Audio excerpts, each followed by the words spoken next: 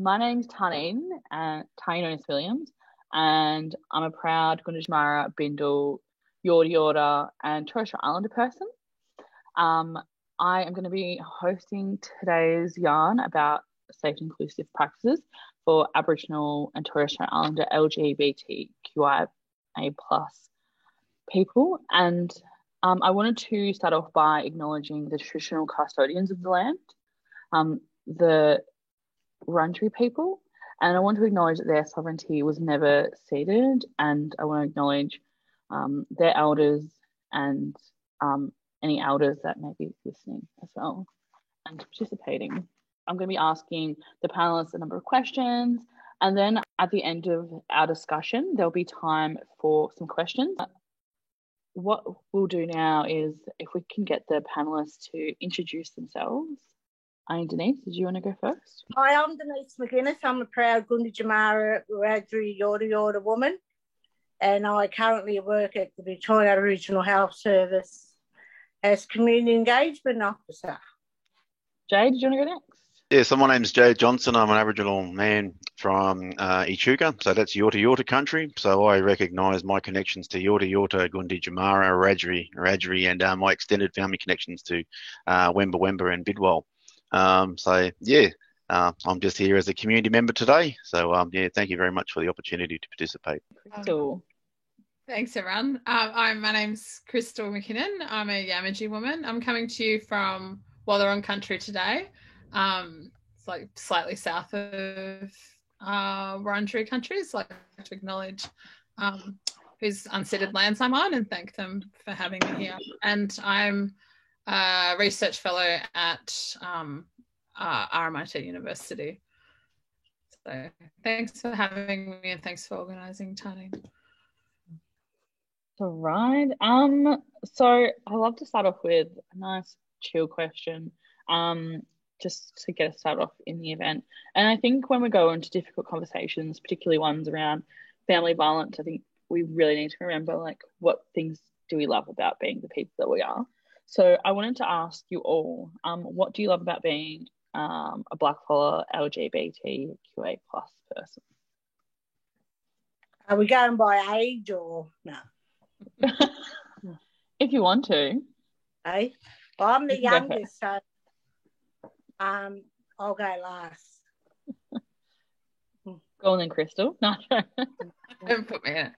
What do I love? I love the community that you're a part of. It's like a community within a community as well. Like I love the love and care, the joy, all of the different things that being a part of this community is all about. You know, I love all of you on the panel. And I love all my friends and family and other people who are queer and Aboriginal, you know, all the various things. I don't know. It's just, I don't know. It's deadly. I'd love to hear your answer, actually, Tani, because you're really good at answering these happy, joy ones. No, we'll go into Jade's. Go on. Yes. Well, what I love being in this kind of community is, we're all proud, we're all unique, and we're all not the typical mould for certain definitions. Most people see me, I'm a 6'2" man, and think that I'm a footballer. I am an ex-footballer, but I am a gay man too. And it's good to break the mould sometimes because, it's not a one-size-fits-all. So I'm more like the bit of the sporty spice kind of type. I'm a very competitive athlete. I've played all the typical male sports, shot put, discus, Aussie rules, touch footy, rugby, 10-pin bowling, boxing, hiking and camping and such. So, I like to keep active and such. And it's good to actually link in with other people in the community, Black, White and Brindle especially, because not everyone is just linked into the Aboriginal community. Some of us are linked into non-Aboriginal community members as well. So, it's good to link in with those different kind of backgrounds. You got your arts crew, you got your sports crew, you got your dancers and all that kind of such. So, it's really good to have a good mix of people to to socialise with. Hey, Denise? I like the word gay. I don't agree with the LG and all them other letters because they keep adding letters to it and I don't remember them all.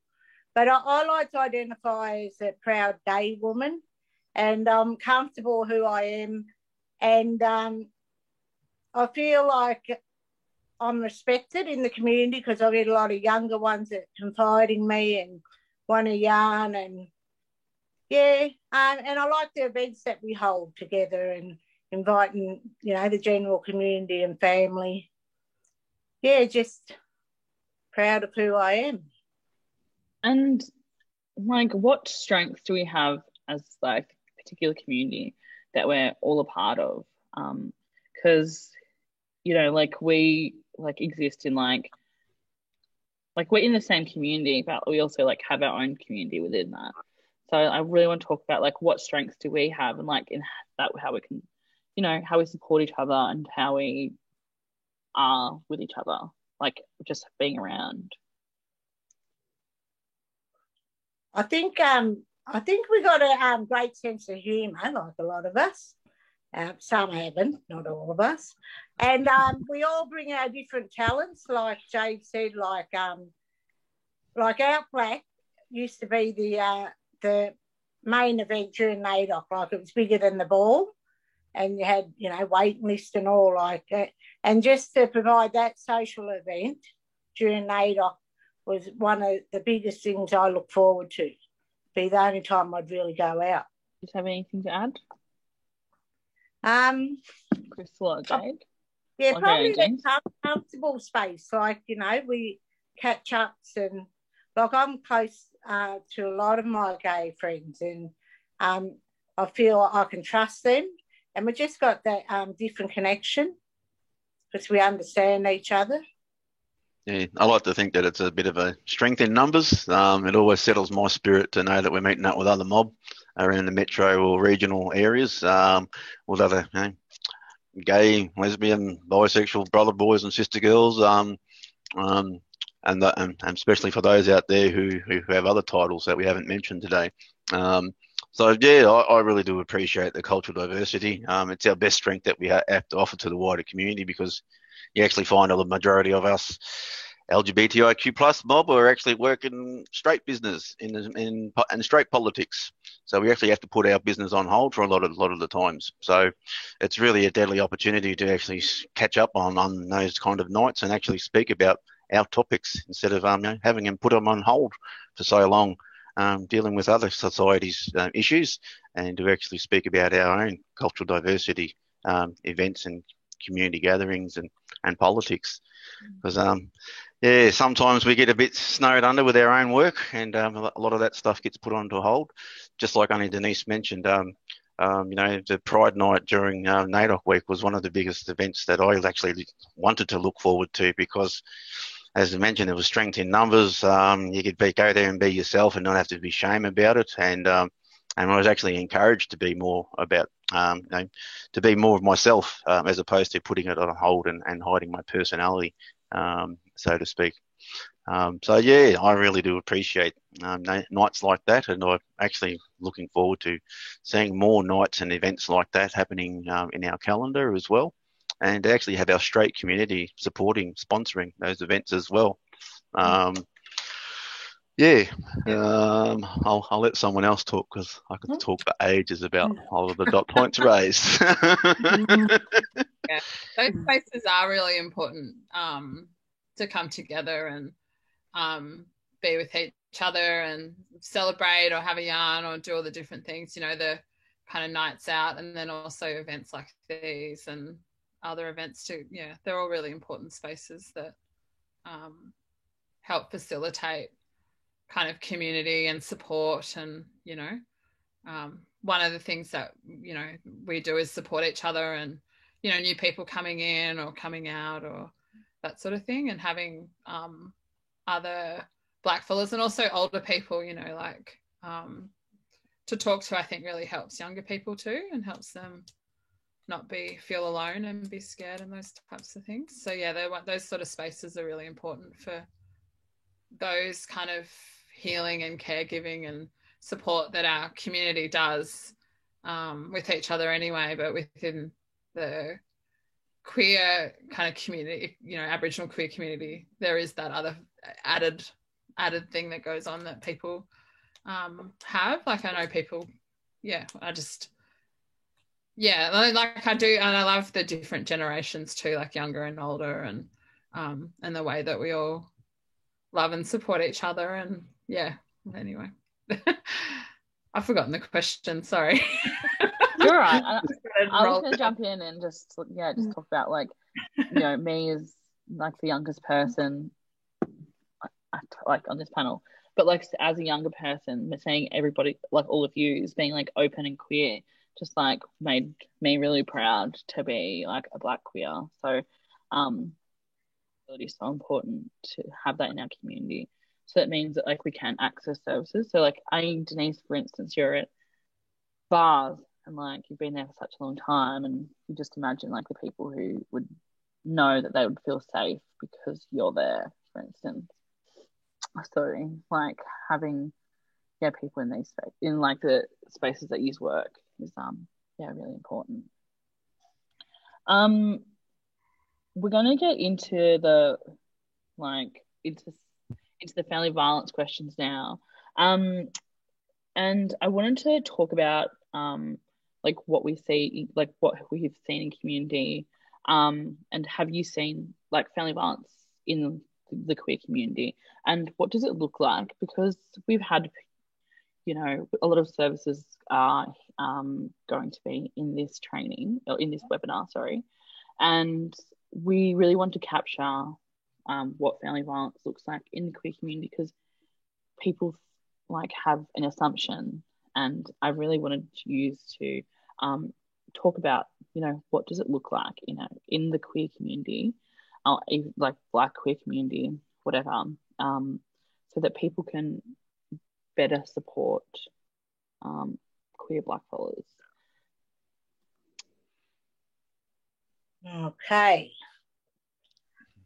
For me, I thought about this question, and for me, seeing family disown their son or daughter who's come out as gay, I see that as family violence, where they've been shunned and just didn't want anything to do with them. And it breaks your heart when that happens, and you hear that. So that's one bit for me, what I've seen. And not accepting who their child is, or, you know, who their family member is and who they want to be, I think is sad. For sure. I think that lots of people who would, like outside of our community, wouldn't really think that that would be a form of family violence. Denise is right, where like that is violence, and it is, you know, for Aboriginal mob, it's really important to be connected to family and culture and community, and that's sort of, you know, when, you know, people are shunned for who they are, then that's removing those parts of those connections and making them feel shame about themselves. So I agree that that is a form of family violence as well. But in terms of what it looks like, I think it's also important to remember that family violence occurs across all races, ethnicities, cultures, classes, aspects of our community, and what it looks like is it looks like violence. And I think that we need to make sure that the kind of we are not ignoring the violence because it's queer violence, or not ignoring it because it's same-sex violence or gender diverse people, or we're not putting things in the too hard basket or whatever. And we need to make sure that we're providing services and services for those relationships too. Because I think sometimes service, you know, mainstream and kind of heteronormative services can ignore it because they don't want to provide those services, or they might think it's too hard. But I don't necessarily think that people don't see it, or that it, you know, it looks like violence, I guess, is what I'm trying to say. I don't know. What do you think, Jade? No, just like you mentioned, there's many different types of violence, just like there's many different types of abuses out there. You know, you got your emotional, verbal, you know, physical and psychological and such. But I think only Denise touched on a really good point there as well. I refer to it as emotional blackmail when your family kind of actually make you choose one or the other, especially in regards to coming out, or choosing which other family members that you want to access for additional social and emotional wellbeing support. If I want to go on a yarn to such and such auntie, I should be allowed to, as opposed to getting dragged into other family politics and rows. So yeah, that can really be disheartening. And probably one of the main issues that actually happens is when you're rejected from your family, where else does the people have to go, and where do they have to turn? So for some people, they don't have a home base to turn back to. Like, if you have a row and such like that, some people don't have the option to go and stay and couch surf at a friend's or a family member's house. So the only option for them is to actually pretty much call the police or go homeless. And for some people, that's just the hard reality of it. Life's not sugar-coated.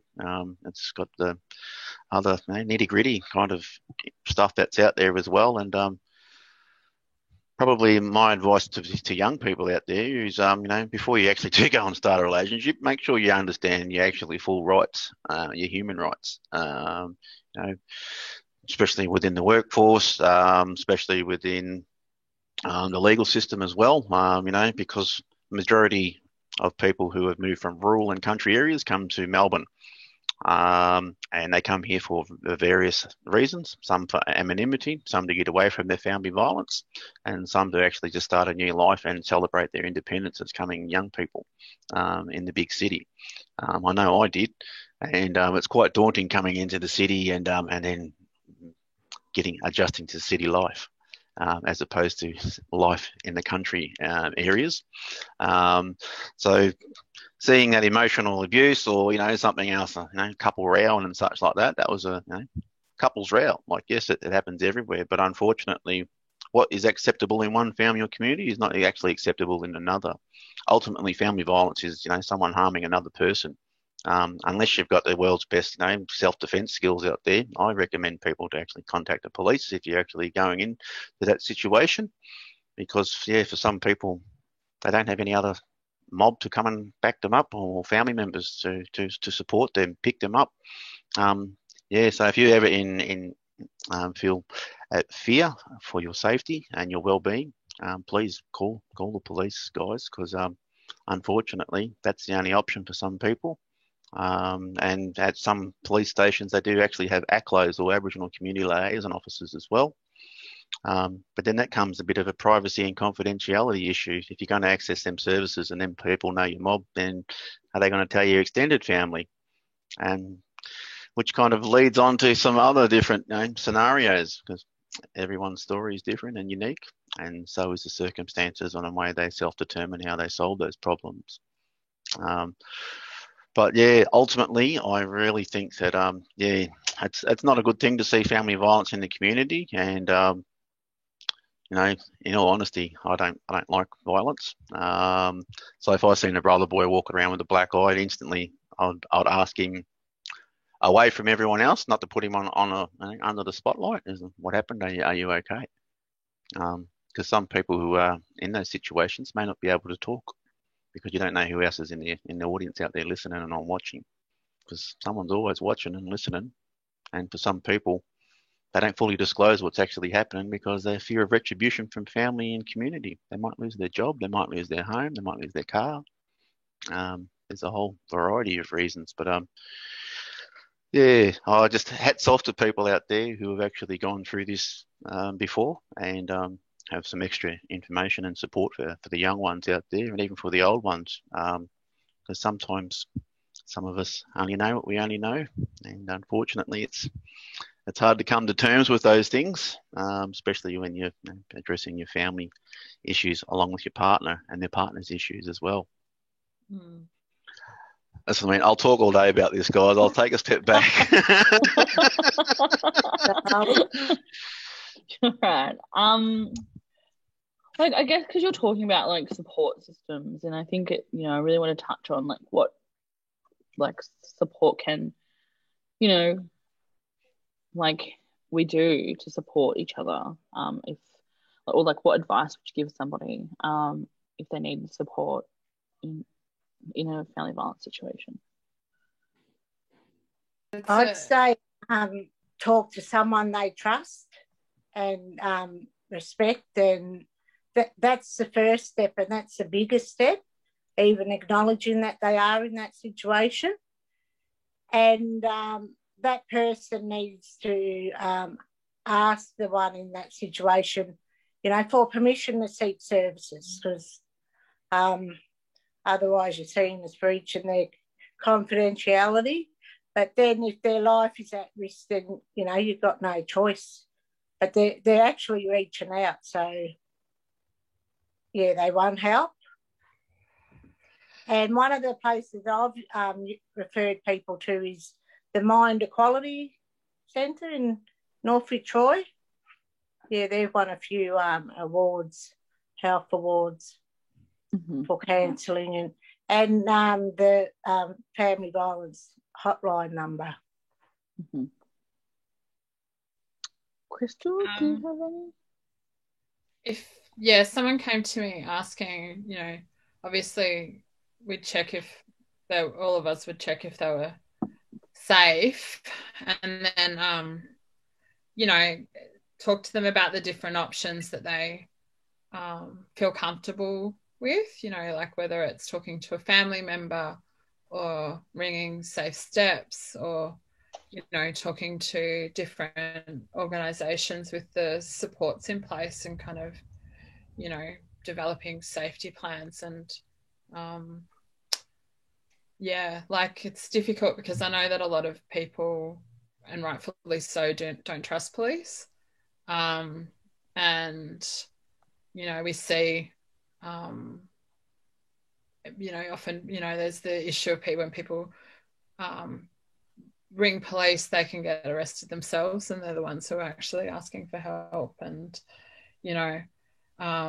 but sometimes we do need to call police if that is the only option for safety. There's it's family violence that we all, and I think everyone here knows, and everyone listening, and it's an incredibly complicated and difficult thing to both experience, and also for people supporting people who are close, and like Jade said, there's all the different types of family violence, and Denise said there's all the different types of family violence, and what's happening. It's not really a one size fits all, and you can often, even just being a person in the community who might be known, can mean that someone might approach you who you're not close with and you might not necessarily know well. And going back to talking about the spaces that are created through places like Outback or other kind of events and things like that, it's often in those spaces where people who aren't connected might be experiencing these types of things and might disclose to you, the types of things, safety and support, and those being able to talk is what those sort of spaces can create as well. But yeah, like it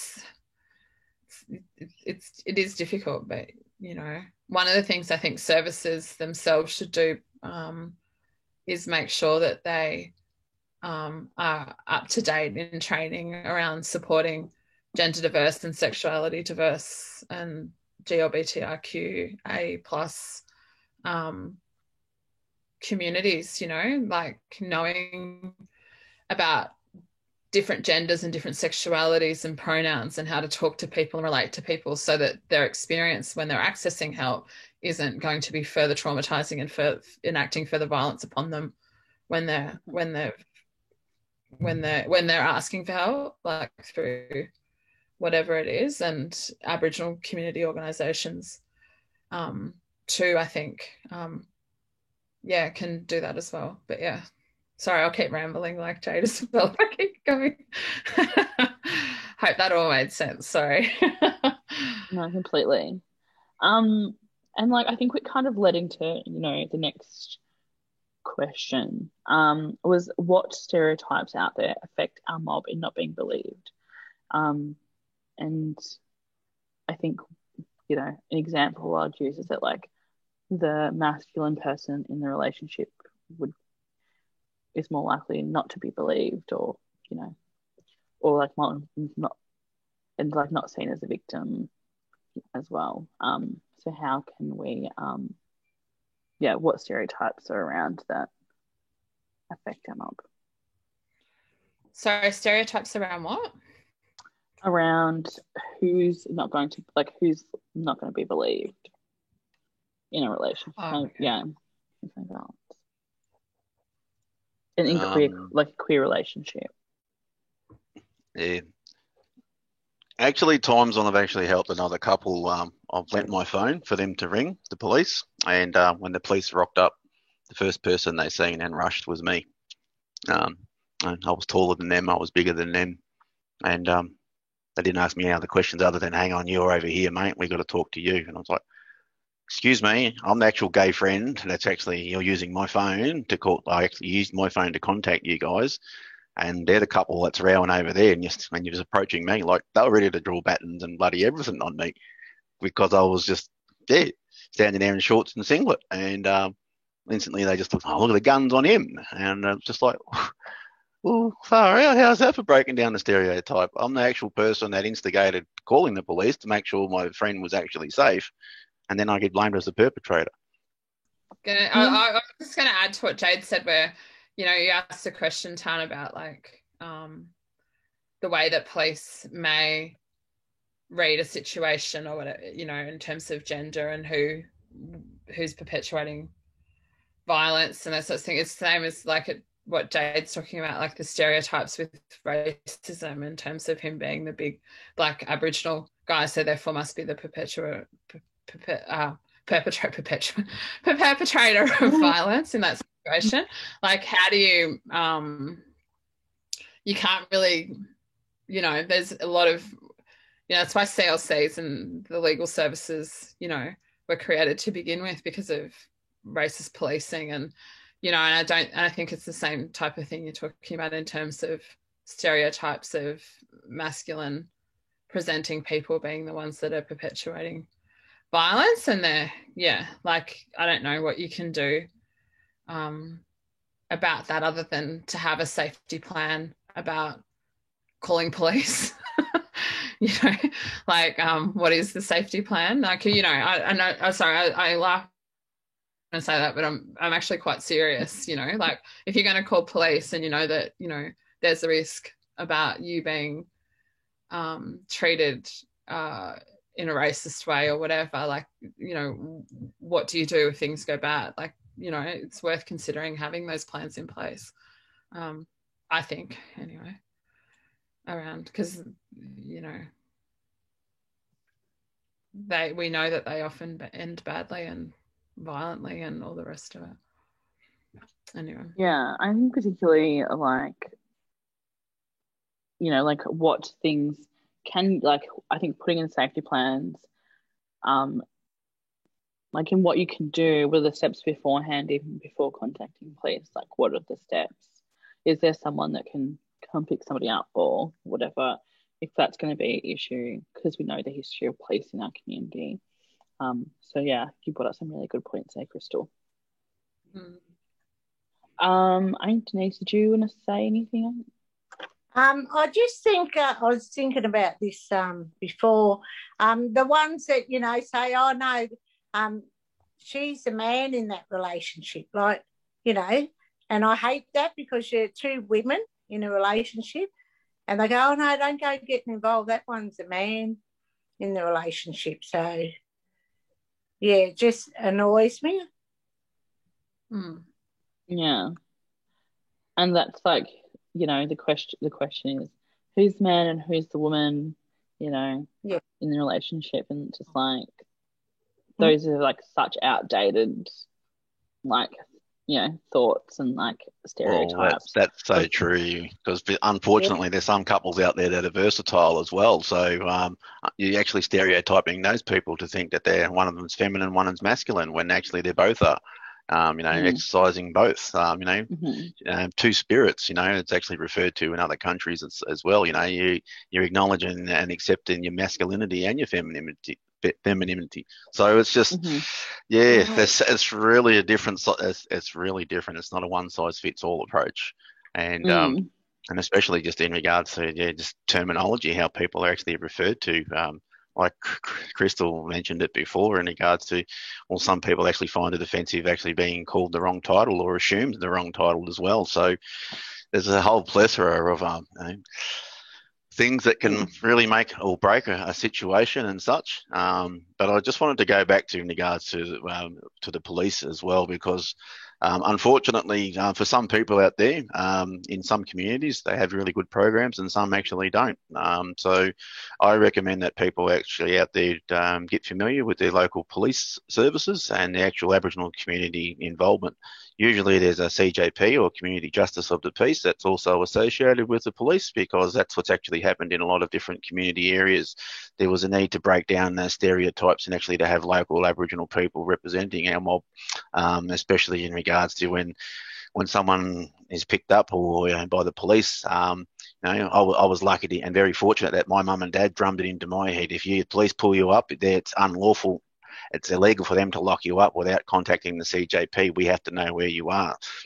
So we knew that at a very young age. In Echuca, the police used to pull up on the footpath, or we're walking home, 6:30, 7 o'clock at night, and ask us all who we are. When they all went to school with our bloody parents, they knew exactly who we were, but because they were testing us, to see who was going to be bucking the system. If someone turned around and swore up at them, then bang, you can't swear at me, I'm a police officer. Whereas others, we were actually taught at a young age, so what's your badge number? And what's your name? And their tunes would soon change, because they actually realise, hey, this young fella knows his rights, and they're actually putting me back in my place. And it's like, yeah. So it's them kind of information that needs to be passed on to our young people, and even some of our old people as well, because what happens in one family not necessarily happens in another. So if people out there don't actually understand what their basic human rights are, or other Aboriginal services that are associated with police services, then that actually means you've got some homework to do. And it's your responsibility as a young person and as an adult to actually find out who those services are, because it's just that knowledge. Knowledge is power, and then when you actually understand where those networks are and how you can access it, makes a hell of a lot of difference. So there's Aboriginal community liaison officers, or ACLOs, that are usually employed at many police stations, and then there's also the Community Justice of the Peace representatives. So there's 2 Aboriginal staff members just within a police service that you can actually ask for.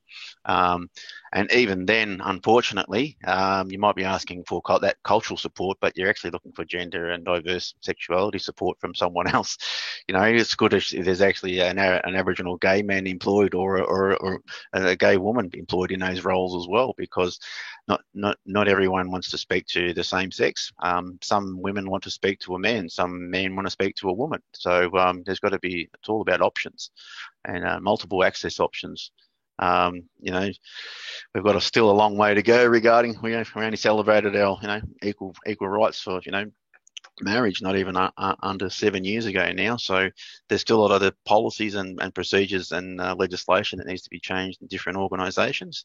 And just like how you mentioned before, Tarneen, it was great for you to acknowledge, you're younger than us, but you looked up to the other panellists here regarding us coming out about our sexuality and being proud about it.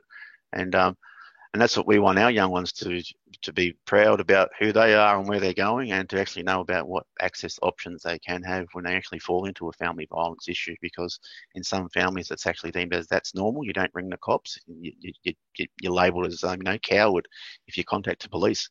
Unfortunately, them days are gone. Them days are gone. We have the power to break down those stereotypes about who the police are. I mean, yes, there are still no bad instances of the police out there, but you're going to sit there and tar everyone with the same brush, because that's what happened to us mob, facing racism and such. We need to squash those Westminster values and morals, and start installing our Aboriginal cultural rights and heritage into these different decisions as well. I see it as really important as to young ones actually understanding and not being prejudiced towards those services who have actually protected some other family members and community from actually dying. So it's really, really important for people to understand that you don't have to put up with that family violence, and there are supports out there to get away from it. I'll mute myself again because I'll keep talking. Thanks, Jade. I want to ask, like, what do you think would be some of the reasons why someone wouldn't report or disclose family violence to their friends or to services? They could be in denial, or their shame could be, the family of their partner well known in community, or there's a variety of reasons why they wouldn't report it. First is acknowledging that you're in that situation, that it is family violence, and accepting that and getting help, I think. Yeah, for sure. It's like with family violence, and if it's in community, then people are really worried about what other people think of the person, or there's lots of things, like lots of layers to family violence that we'd like that the victim or the survivor will go through before disclosing. Did Crystal or Jade want to jump in?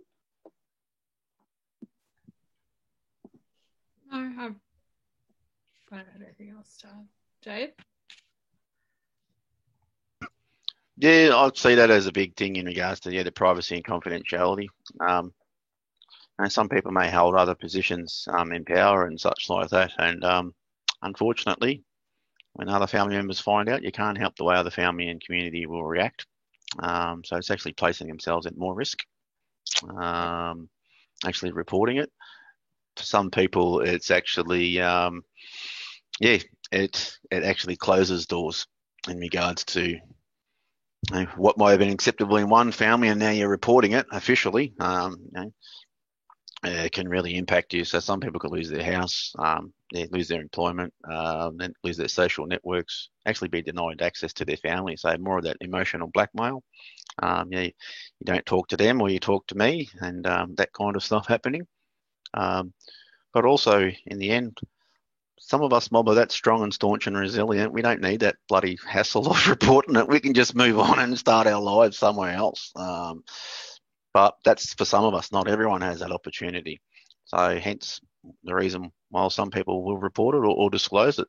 Some people just want to move on to the next part of their life, just like anyone else out there. If something bad happens, you want to move on to the next stage and forget about the bad stuff. So yeah, for some people, it's just less likely to report it and having to relive it. We all know ourselves. The more times, or if you tell your story, it can be more triggering and more traumatizing for some people. While for others, the more times you tell it, the more times you actually understand what the right and wrongs were. So, depending on the actual individual itself, some people may not be less likely to report it because they're financially stable, they have another house to go to or another residence to actually move on to, or have other supports in place. Whereas someone who doesn't have that family network to fall back onto, reporting it is their only option, because then it's actually official. Then they can actually get compensation for what's actually happened, for the grief, loss and trauma that they've actually faced, whether it's social, emotional, verbal, physical, psychological abuse that they've been impacted with. And usually in the majority of those times, some people are still in denial that that it is acceptable. Some people actually have to be sat down after they've come out of the shock of this and actually told what that person done to you was illegal. That's very confronting for some people who have never actually addressed that confrontation in a formal official police report. And that's life-changing for some people, because then they can finally see how many other people have treated them bad over the years. And then that person starts to find out who they are within themselves and find their independence and actually find who they can actually trust in their family and communities, whoever that may be. And unfortunately for some people, that actually means cutting ties from family and community because they were a negative impact and enabled those bad behaviours. Tanya, yeah. Oh, sorry. No, just reading. Tanya Cocker, I think is coming up to us from Mianjin, said in the Q&A bit about not being believed as a victim because you're an Aboriginal person in an interracial relationship is a power dynamic that needs to be addressed. And I just wanted to raise that here in case people can't see those Q&As. So I think it's really... Sorry, go on. We're going to answer the questions at the end. Yeah, I just wanted to raise that in terms of being a factor. Why people might not contact police, and that and it is like, and it goes back to what Jade was saying earlier too about being the one that was racially profiled when another couple contacted police too. I don't know how to make the police less racist. I think that's who they are, but yeah, I just wanted to acknowledge that because it is something that we didn't talk about before. And yeah, for sure. I definitely think that there is, like you said at Crystal, that there is a huge power dynamic on who would be, like, racially, who would be believed if you're in a relationship with a non-Aboriginal person. And there's work being done about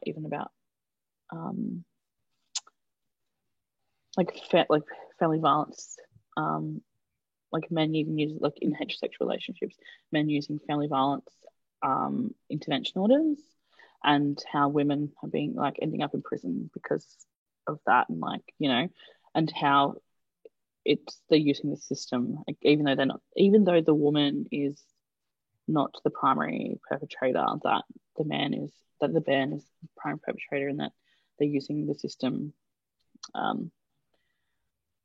like against the victim or survivor. So I think it's like, this way in which the system works and benefits the people who are most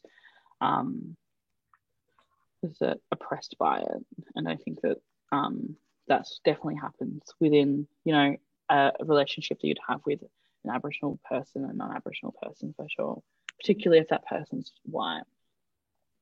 Yeah. The next question is, it's a two-part question. So what services would you suggest people go to to get support for family violence, and what do these organisations do well, and what could they do to strengthen further?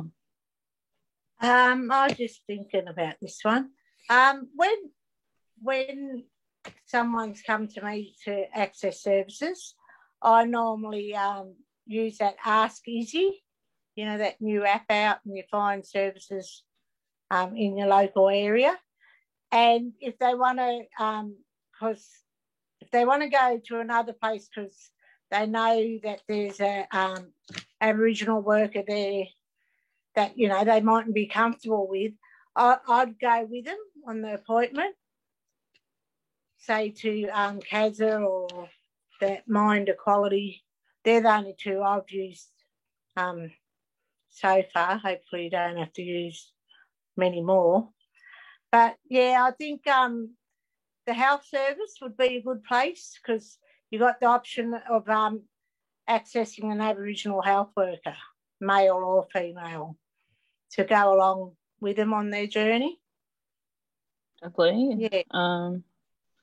And what things do you think they could do better and strengthen? Like, what are they doing well? What could they strengthen? Who's answering that?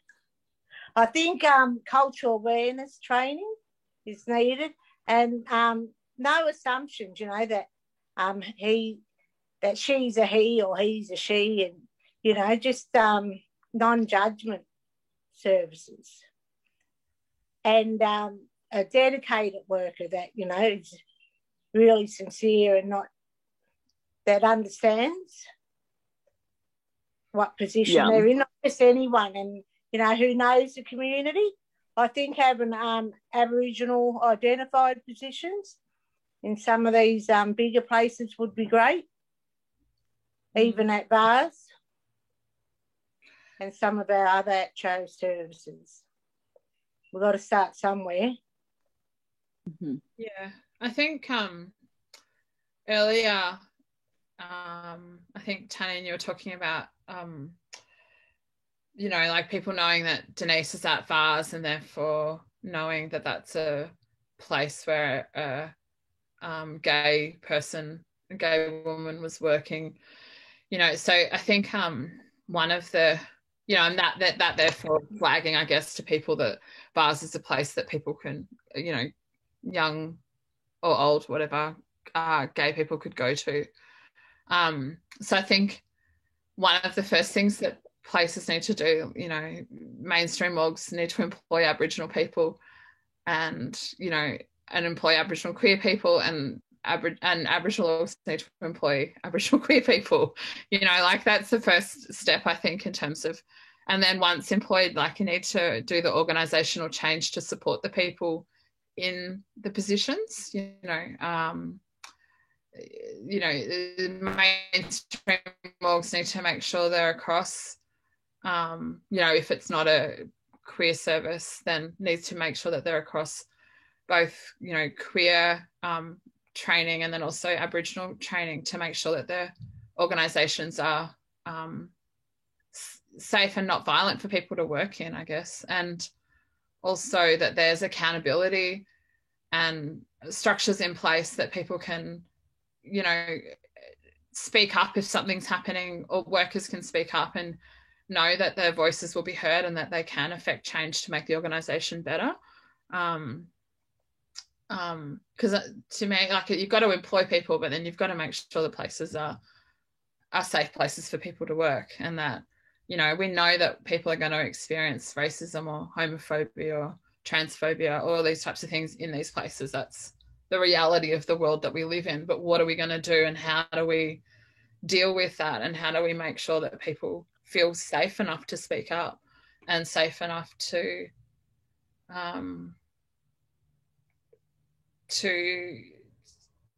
make, safe enough to speak about their experiences and know that something will happen from when they do speak up, so it's not just ignored and brushed under the carpet, or they're treated like shit in the process. And then I think once that kind of employee, and the way that people work together is in place, I think that then will affect the services that are delivered as well. There's some of the things that I was thinking about when you sent the questions through. But and following up the person, because there's a lot that they'll go to their first appointment and they feel okay, or they mightn't go to the second one because something's happened, but follow up again after that, because you don't know what's going on in that family. Don't just assume.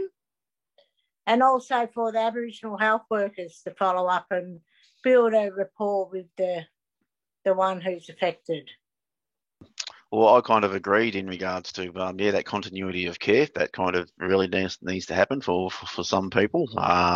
That follow up is really important, because as we know, things pop up last minute, and could be a whole multitude of reasons why something has happened. But that follow up and continuity of care is really important for some of those social workers or Aboriginal health workers and such. But some other services I would suggest for some people to go to as well. Unfortunately, for some people, a hospital might be the actual next location they're actually taken from after the police have actually brought in and someone's been injured that much from the family violence that they're actually taken straight to hospital. And then when they're taken straight to hospital, unfortunately, Aboriginal culture to non-Aboriginal people can be a culture shock. And vice versa as well. So hospital can be quite confronting if you've never been there before, and especially if you're actually dealing with a family violence issue. There'll be staff members walking in, need to make reports, taking photos and all that kind of jazz. So Asking for an Aboriginal hospital liaison officer can actually make a world of difference, because it's actually going to be you're one black person in the room with a whole room full of non-Aboriginal people, and they're throwing around terminology that's legal, that's health related, and if you don't come from a very good background of health and legal or tertiary education in general, then unfortunately them words are going to feel very alien. You're going to feel like you're being talked about right in front of your face, and it actually does happen. Staff members will start to talk about your case in front of you, about what, because they need to confirm with themselves what action needs to be done. But that can be quite confronting. And for someone who's never been in that situation, being asked to calm down, and when they're actually in a heightened state, can be very confronting. And pain tolerance and language is very different in different cultures, and so is the way that it's communicated to non-Aboriginal people as well. So unfortunately, I encourage you to please take a breath, have a glass of water, go and have a smoke till you calm down, and then you're ready to tell your story. Instead of going in there, as you know, some of us can speak at 20,000 miles an hour, let alone being upset, being charged up, or being under the influence. So it's really good to just maintain your integrity and your respect. Take a deep breath. Even go and get a pen and paper and write down your story, as opposed to trying to recall the whole event from memory, because you're going to be all over the shop. You're definitely going to be all over the shop for some people, because there's so many things that happen. You just want to get it out. And for a non-Aboriginal person sitting there to a black hole trying to listen to their story, that's a culture shock in itself. Because, oh my fucking God, oh, this happened over there, they were looking at me, and if they look at me again, I'm going to go off my head, blah, blah, blah, blah. Like, that's just one little aspect of how someone can be in a heightened state when they're still trying to get a police report done. And when you're in that kind of state and the police go, can you please calm down? That's the last thing that someone needs to tell you when you're in a heightened state, is please calm down. Because if you don't do that, you're going to be instantly written off as like a perpetrator, or as difficult to work with, or you'll be written off as aggressive. And if you're written off as aggressive to work with, then unfortunately, everything that you've done will be undone. And the person or perpetrator you're trying to make charges against, they'll actually be able to make counter charges against you. So it's really important to maintain your dignity and your respect when you're about to tell your story to the police, or to the hospital liaison officer, or to the Aboriginal health worker, or the caseworker or social worker that you're working with. You want to make sure that you're clear and precise about what you're saying, and tell them, I don't think I remembered everything. Can we go back and revisit it? So for some people, that can really make or break the actual situation. Some people won't even make a statement, and they'll get up and walk out of the hospital and haven't even seen, and they'll waive a hospital treatment. For some people, if you waive your hospital treatment and you've got very serious injuries, the hospital can bring you back under the Mental Health Act, and they'll use the police to enforce that. So there's a lot of other different aspects of what actually happens when you're suggesting different services to different people, because some people may have a good relationship with their hospital, some may have a good relationship with their CASA or VALS or legal aid or various other different services. But ultimately, we've got to respect those people's decisions, or each person's decision, because you can't rain on that person's parade either. That's what they want, and that's what they've self-determined what will work for them. So it's self-determination in action, guys, when someone chooses any of these services. There's a lot of mainstream services being mentioned, and sorry for those people out there. Mainstream is what us Aboriginal fellas say when we're actually referring to non-Aboriginal services. So services that are run by non-Aboriginal people. So it's really great that we've got a choice to have Aboriginal and non-Aboriginal services, but technically speaking, if anyone's actually in danger for their life and fearing for their safety, I recommend calling the police. Thanks, Jade. We've done, because we kind of answered that last question. I thought we'd move into the Q&A. So, all right, one person said Tathra. And there's kind of like a couple of questions that kind of merge into one. So I'll get this one. And given it's not safe to seek help from police and other supports, what would you like to see? I've heard about some initiatives where social workers are accompanying police on certain calls. What will it take to get more of this happening? I'm not sure. I don't know. I think that one of the things I think that would be valuable for family violence teams to understand the dangers of police, I think, and understand the relationships between police and the Aboriginal community, and, you know, good and bad, you know, and just understand, I think that would, you know, and to do, you know, I think the cultural safety and,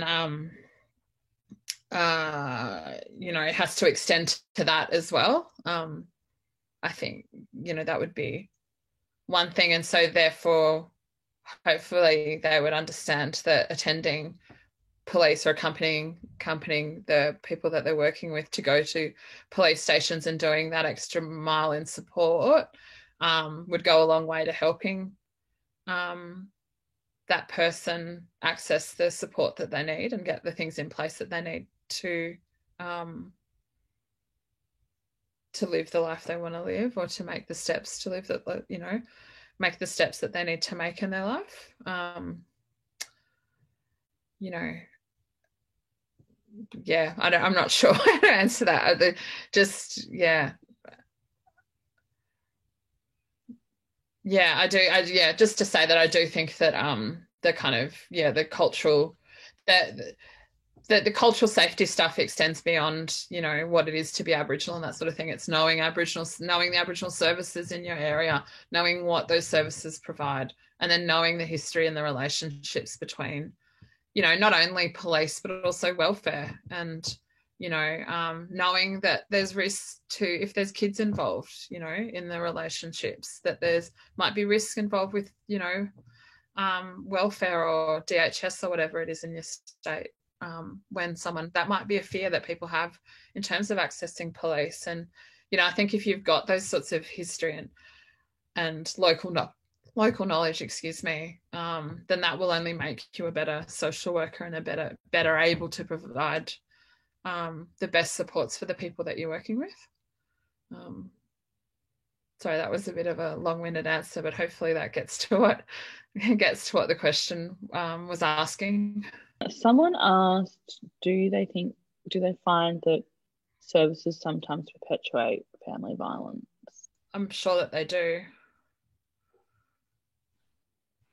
Well, it's unfortunate when someone's actually been put on an AVO and they get put in their family home and they're still allowed to do what they do. You know, that behaviour is enabled, unfortunately. And the AVO actually runs out in 3 months' time or whenever, and yeah, that person wends their way back into that person's house again. Hey, what can you do in that regard? It's a bit of bullying that's actually happening there, I feel, and unfortunately, when some services actually do that action, it is perpetuating. Yeah. So unfortunately, for some people, they have to relocate. That's their only option. They have to relocate from their town or from their city or from their country where they're living to get away from that family, because sometimes when you're married to the person, you're married to the mob. And yeah, that's just putting it lightly, guys. Yeah, not sure. I don't like sugarcoating things. I like saying it straight out, brutal, honesty, truth. So my apologies out there for those people if it's too brutal and honest. Do you find that there are not enough services available for LGBT mob? It seems like there are many services that are not safe. There's not enough services for people. No, there's definitely not. It's not enough mental health. There's not enough refuges. There's not enough housing. There's not enough any of those types of things. So, and I doubt that the latest budget is doing anything to address that either. But what was sorry, is there enough, and are they? What was the second half of the question? Sorry, Tan. Is there enough services? Okay. No. And Yeah. Yeah, that was pretty much the only thing. Yeah, they just kind of made comment that it seems like there's many services. It'd be great to have, teams within bars and, service delivery teams, for Aboriginal queer people in this space. It would be great to have that kind of go-to, I think, particularly in service delivery, I think. And, I guess, as I think Jade or Denise or someone said earlier about everyone goes to kind of Melbourne, the regions are really neglected in terms of that. For sure. Specialised, services and knowledge and safety and, choice as well. A choice about where to go is often limited in the regions as well. Mm-hmm. Ability to travel somewhere else, or health in a general sense is screwed in the region. So let alone if you can't do mental health or family violence and all the rest of it. Yeah, like we definitely need more services and we need more specialised services. And the services that are there already need to ensure that they're both, as I said earlier, about safe and have all of the things within the ways that they operate for both Aboriginal people and queer people and Aboriginal queer people.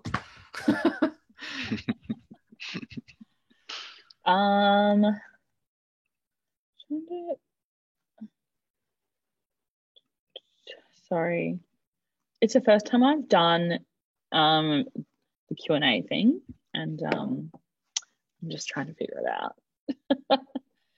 because I was looking at that last question there, Tarneen, regarding the ACLOs, Aboriginal Community Liaison Officers and Aboriginal Community Justice Panel members. Not available in all stations and not part of police, but can come into the station to support someone. Where are they located? Sometimes it's really good to actually if you do have access, that's the thing. Some people don't have access to a computer, so they can't sit there and Google all of these options. And some places don't even have internet coverage or NBN coverage, so they can't even search these options, especially in rural and remote areas.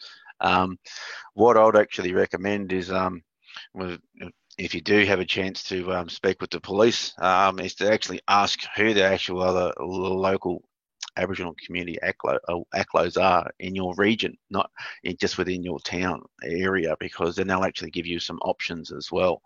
So me being from Echuca, asking about who's around, they'd probably give me options to Shepparton and Bendigo as well.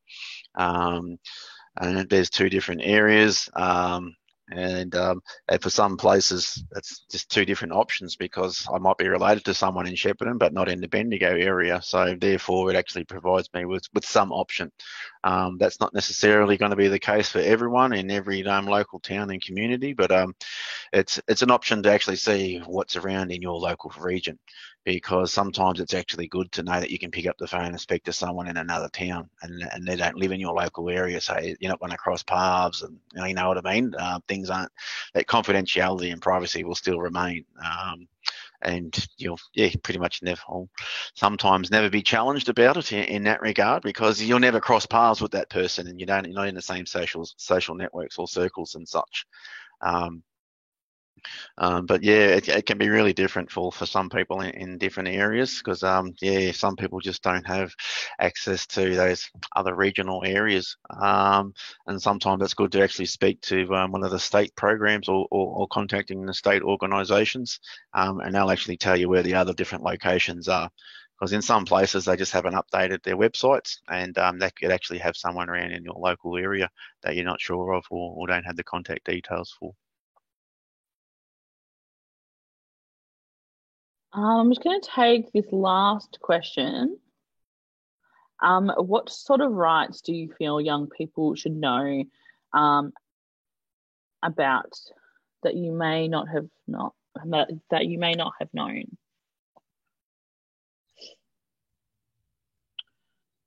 So yeah, what sort of rights do you feel like young people should know? I feel like young people, I don't know, I hate this, like, I feel like a lot of people, young and old, do not know their rights. I think don't know their rights in terms of engagement with police, don't know their rights in terms of family violence, don't know, like what Jade was talking about before, in terms of you know, if your property has been destroyed, your rights to victims of crime, you know, like all of these things. And often it just depends if you're experiencing family violence, for instance, if your caseworker knows about these things and then if they want to tell you about it and then help you do the forms, you know, like getting a good caseworker is can be the difference between whether you get the things that you're entitled to and whether you don't. Or whether you feel safe going to police, whether you don't, whether you know, like whatever it is, like it's hard. Like I feel like, yeah, young and old don't know the rights and don't know how to access their rights. I think one of the most important things that the CLCs do, including VALs and you know, the ALSs across the country and CJPs, everyone, like the most important work they do is community legal education, and that covers the kind of family violence rights and how to go about things, you know, clearing up warrants, fines, you know, what to do if police approach you, what to do when they ask if they could search your bag, what to do when you're contacting them about how to get an AVO or IVO, whatever they're called now. The family violence order, what it means. Will I have to go to court? All those things, like the CLCs and the Aboriginal Legal Services do an incredible job, and they should be a really good first point of call to and look at the community education materials that have been produced, and usually on their websites to find out those things. And JIRA as well, someone said, yeah. Of course, sorry, I actually should have been mentioning JIRA as a family violence, obviously, the peak legal service. I've just been, yeah, and I think everyone would agree that JIRA do an incredible job of supporting people and supporting women experiencing family violence and same-sex couples and yeah, and they're an incredibly vital service, and everyone needs to get behind and support them. And they've got a wealth of material also on their websites that people should access. Have anything, Jade, before we go? Yeah, well, as Sister Girl mentioned there just before, Crystal, with the Universal Declaration of Human Rights, that's a really good one to actually get onto. But there's also, you know, there's a lot of other civil and political rights, you know, the Covenant of Economic and Social and Cultural Rights, the Convention on the Elimination of all forms of racial discrimination, the Convention on the Elimination of all forms of discrimination against women, the Convention against torture and other cruel and inhumane, degrading punishment or treatment or punishment, the Convention on Human Rights on Children, and the Convention on the Rights of a Person with Disabilities. Like, yeah, if you can get onto those details, that'd be really great. They're actually on the website there at humanrights.com, humanrights.gov.au. So yeah, you'll be able to get access to all of those different details there as well. But really important, just like Sister Girl mentioned regarding the police, it's really good to speak with the police liaison officers or the CJPs to actually get more information that might be culturally appropriate or sensitive delivered. And because, yeah, some people have never been into the justice or system before. So some things in there you might have a grasp on, but it's really good to actually understand the full terms and conditions of, because then you know where you stand and when you need to stand up and speak up as well. Because ultimately we want all of our mob to be able to be staunch about who they are and where they come from, and to be able to declare if they need help or not, accessing a multitude of Aboriginal and non-Aboriginal services. But As I mentioned, I can talk all day about this, and we don't have another hour and a half to go because the day will be finished. And I would have hit my 20,000 word quota. But no, thank you again so much to Tarneen, to Crystal, and to Auntie Denise. Thank you for your support, and thank you for the invitation today. Thank you to the Victorian Aboriginal Legal Service, and thank you to our listeners and audience out there. It's been an honour and a privilege to share this information. And if I do see you on the street, come up and have a yarn with me. But thank you again for your time, and thank you, Tarneen. Too deadly. Yeah. Thank you. Yeah. Thanks, Crystal, Jade, Angie. I don't know where Angie is gone. Also, thank you, Random and Rebecca, who've been on the back end doing some tech. So thanks also, Val, for putting it on. And I hope that this was really beneficial to all the people who attended. And I hope you all have a lovely day.